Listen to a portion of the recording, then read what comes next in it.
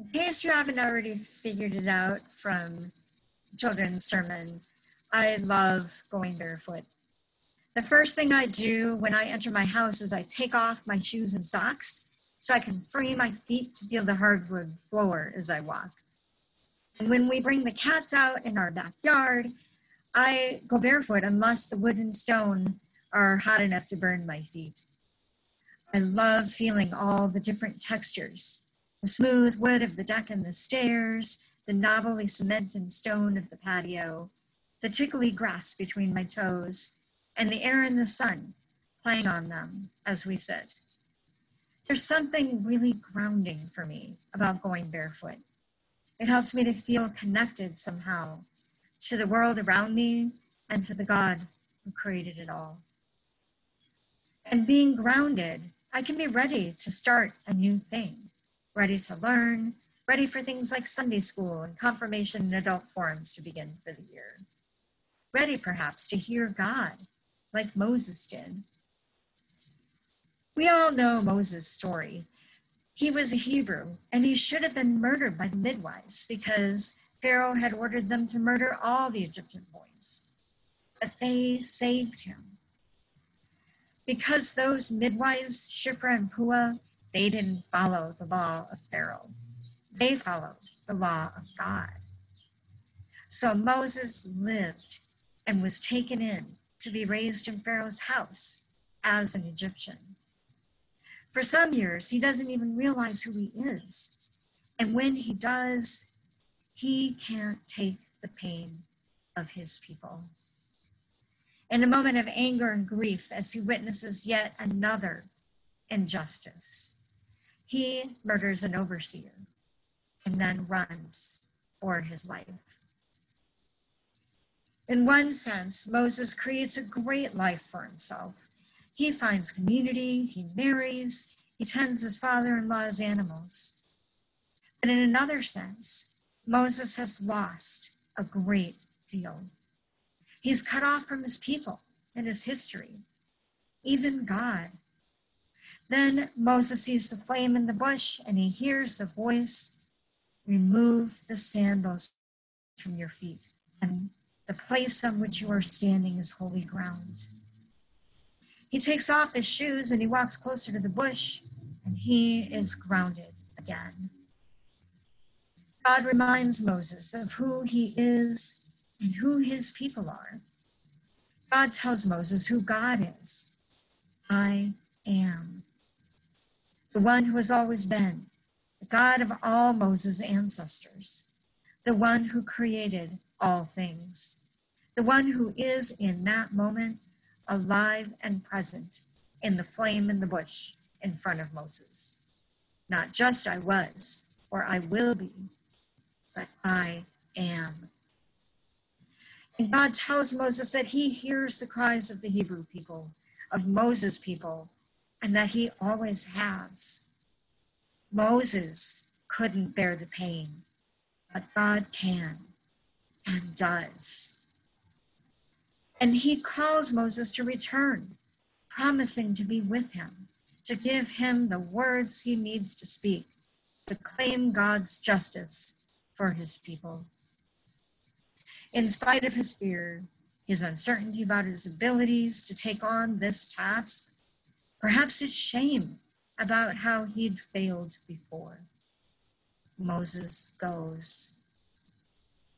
Not just I was or I will be, but I am. Throughout history, God has always heard God's people. God heard the Hebrew people. God heard the cries of Rizpah. The sons she had with King Saul had been murdered, and she stood, watch, mourning, and wailing for months until they were buried. Mary, Jesus' mother, claims that God has heard her, and not only her, but the cries of all who suffer. Not just I was or I will be, but I am.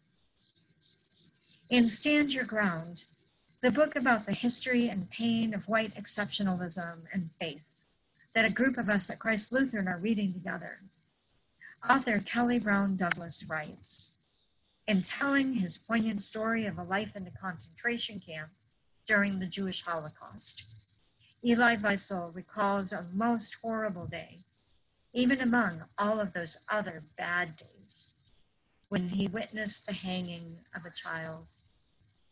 Wiesel heard a man cry out, "For God's sake, where is God?" And to that question, Wiesel said a voice inside him answered, "Hanging from this gallows." And this, as Moses learns, is where God always is when people are in pain. God hears the cries of all those wounded by the systemic racism in our communities. God heard the cries of Emmett Till, Trayvon Martin, Sandra Bland, Breonna Taylor, George Floyd, and just this week in Kenosha, Wisconsin, Jacob Blake, who was severely injured in the shooting. God heard the cries of several others who were shot by a white supremacist while calling for justice in Kenosha. God heard the cries of the more than 180,000 who have died from COVID-19 now. And he hears the grief of those who loved them and those who are still struggling to recover from being ill. God hears the cries of those who have lost loved ones and homes and jobs to the devastating wildfires in California. God hears the pain of those recovering from the destruction of the storms in Iowa and the catastrophic hurricanes that have borne down on communities in the Gulf.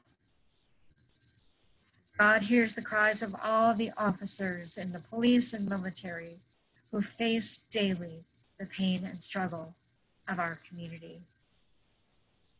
God hears the cries of those who are unemployed or not paid adequately, who can't feed and clothe and house themselves and their children.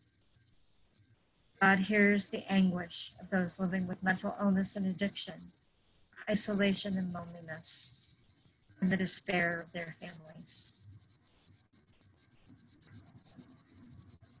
And then, family of faith, God sends us, but not without preparing us for the work ahead. God teaches us who God is, the God who is always present, the God who hears people's cry. God teaches us how to live in community. Moses is sent with Aaron, and we are sent with one another. Paul, in the letter to the Romans today, talks about persevering in faith when our life together is hard, and loving our enemies in concrete ways, making room for God to be God in our lives and in the world. And as we see with Peter today in our gospel from Matthew, knowing that we will make mistakes, God continues to teach us.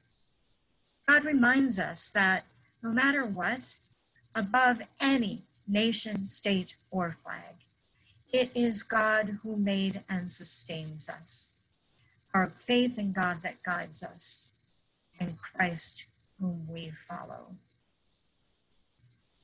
As people of faith, every year we come together for Sunday school, confirmation, adult forums, Bible studies, so we continue to ground ourselves and learn more about our God. Hearing Moses' story reminds me that we, like Moses, are standing on holy ground. God is calling us too, and is right in front of us. Taking off my shoes, reading passages of scripture, lighting a candle, can all help me to remember that I am on holy ground. How do you holy ground yourself so that you can hear God's voice?